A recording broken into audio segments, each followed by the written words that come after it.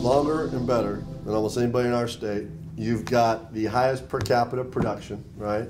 And you're picky about who you get. But how are you attracting and recruiting talent today? What are you looking at? Well, that's an interesting comment coming from you, because you and I, sitting there 2 months ago, having a cigar, and shocking, by the way, those who know me. I never sit down with Steve that I don't get a pearl of some kind. And my wife screams at me to smoke cigars. I say, honey, it's business. In any event, we're sitting there, and I remember that. And we're talking about different platforms to recruit and to grow your business.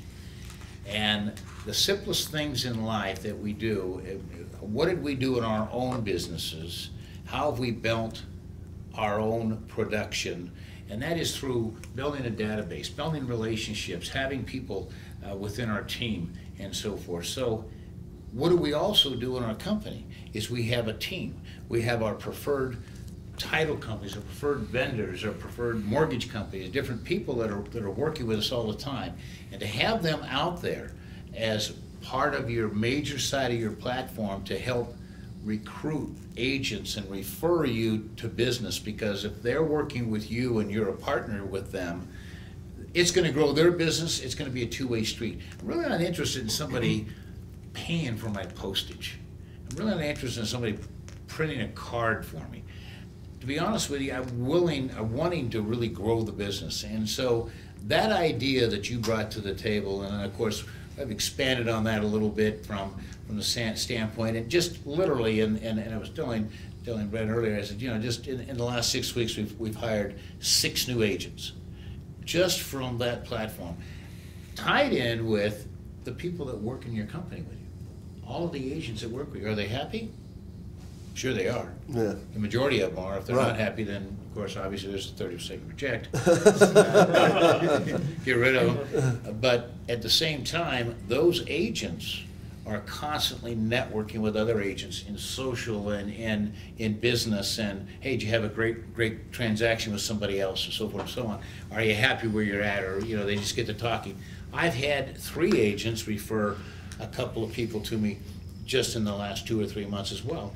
And you know, we make it worth their while and sure, take good care of them, but at the same time, it's all about that culture, that relationship, and that retention that you develop in the company. We were having a 60-minute cigar, which means you have 3 or 4 topics that come up, and the third one was, Steve, listen, you know, what else can title do? And I said to him, Billy, security title, who's your good partner in Fidelity, 2 good partners, Fidelity and security title, right? I said, sit them down, because, Bill, how many transactions you do this month? Bill said, we had a good month. We did about 120, 130 sides, maybe something like that. I said, those 2 firms this month did 3,700 deals in 1 month in the state of Arizona, those 2 firms. They're seeing, an exec in their world is seeing 100 to 250 agents every month, and quite frankly, we're kind of a safe haven for a conversation. When they're looking at things, they come to us because we've got a wider breadth than anybody could possibly have, because we did 67,540 transactions last month in our direct states, and that's 130,000 plus agents we talked to intimately that month in that area. So tell them to say, I want you to get me 1 appointment a month, period. Right? And then I told you, because we're competitive at Fidelity, tell security how many Fidelity got and tell Fidelity how many security got, and watch them fight with each other. And sure enough, we were able to hire 6 people in 2 months because they're thinking of you because you asked them to. I want to give this advice to all of our viewers and listeners and our rock stars here. You have to continue to plant that seed. They live up or down to the expectation you set. Yeah. If I was in this space, no one knew about title, I would be a broker. I would set a meeting with my lead exec, have him here, bring 1 or 2 people with him and say, I need to meet people.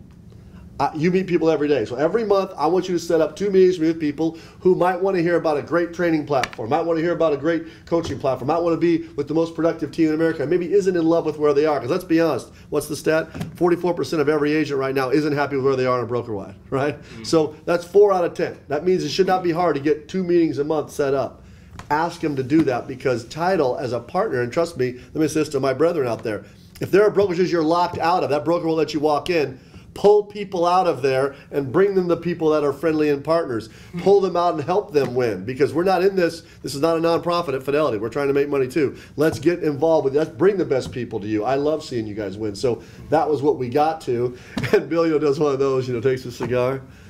You might have to edit this out, Stevie, but well, that's a damn good idea. I didn't want to do that. It turned out 2 weeks later, bam, there it is, right? So that makes sense. The simplest ideas sometimes are always in your head. They just need to be juggled around a little bit, Hence, just to knock them out. A cigar and adult beverage are great creative flowing juices.